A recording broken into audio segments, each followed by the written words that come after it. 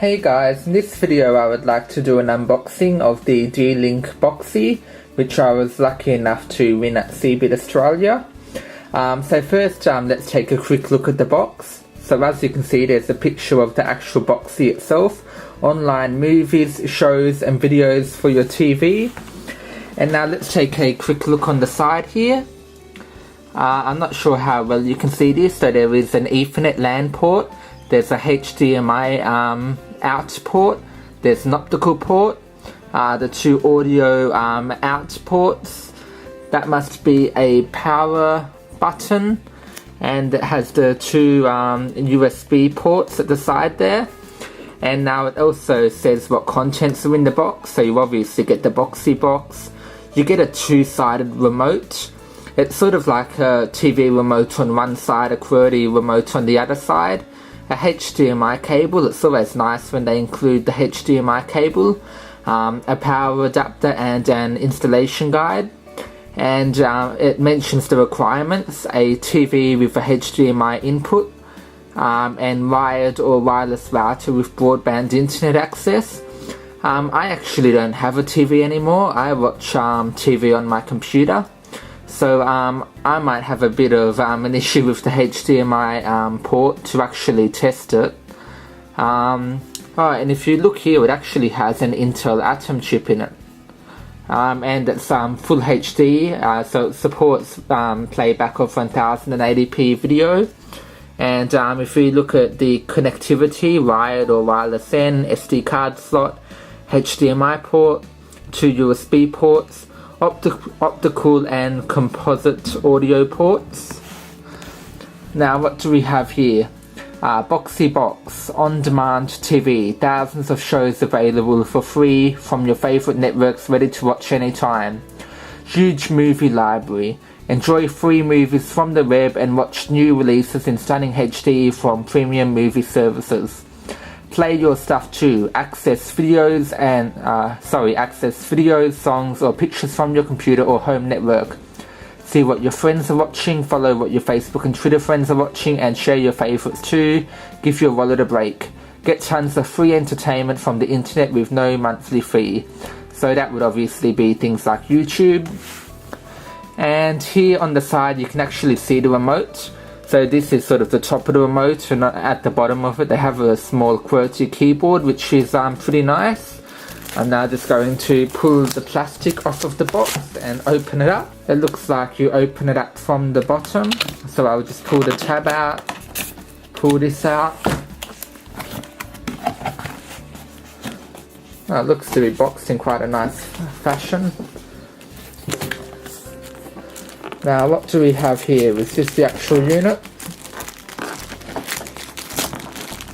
I might have to tip it upside down to get it out. Give me a second. Sorry. Okay, so obviously this compartment just pulls out. I'm now just going to tip it upside down and see what comes out. So here we have the Boxy box by the looks of it. It is smaller than I thought it would be actually, which is pretty nice. So let me just pull it out of the plastic here.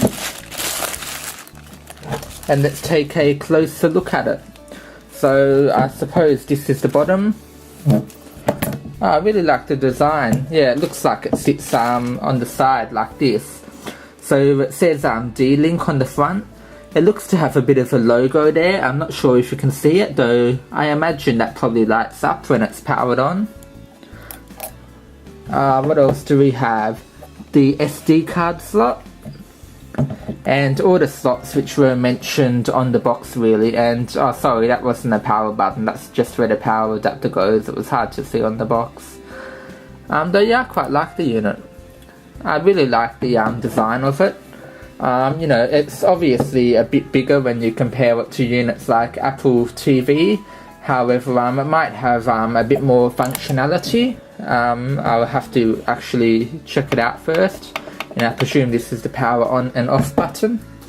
Now, is there anything else in here? It doesn't look like it. So what else do we have inside of the box? Okay, we have the Australian power cable.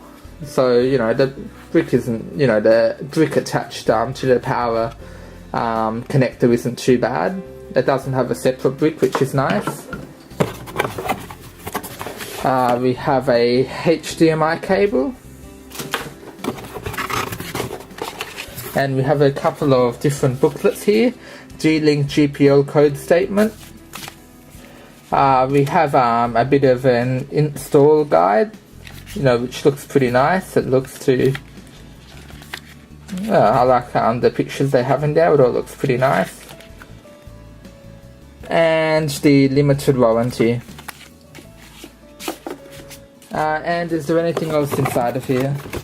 We look to have one more thing, which I presume is the remote. Okay, so here we have the remote. I imagine that this is the front of the remote. You can obviously navigate up, down, left, right. We have a selection button by the looks of it. Play, pause. This probably brings up the menu navigation. And we have a bit of a QWERTY keyboard on the side of it. It looks pretty nice. It looks like you could easily type on it with both of your thumbs. Yeah, it looks like quite a nice remote. If you've looked at, the remotes that come with the Sony TVs, then they were a lot bigger, a lot clunkier. I can give you a bit of a comparison size-wise to one of my Apple remotes. So it's obviously, a lot bigger than the Apple remote. I believe this same remote comes with Apple TV. However, you have to keep in mind that it has the QWERTY keyboard on the back of the remote, which is pretty nice. It's definitely a lot better than having to, navigate left and right and manually select letters on the screen, etc. So yeah, I believe the box should be empty now. So that is pretty much it. If you have any questions, feel free to ask me. Tell me what you think of the device in comparison to, in comparison to Apple TV, and I believe there are a couple of new ones coming out. There's an LG one, which seems to be pretty popular in Australia. I can't remember what that's called. And I looked on the website, and I believe it retails for about $300 in Australia. It might be slightly cheaper in the US or the UK, I'm not sure. So thanks for watching.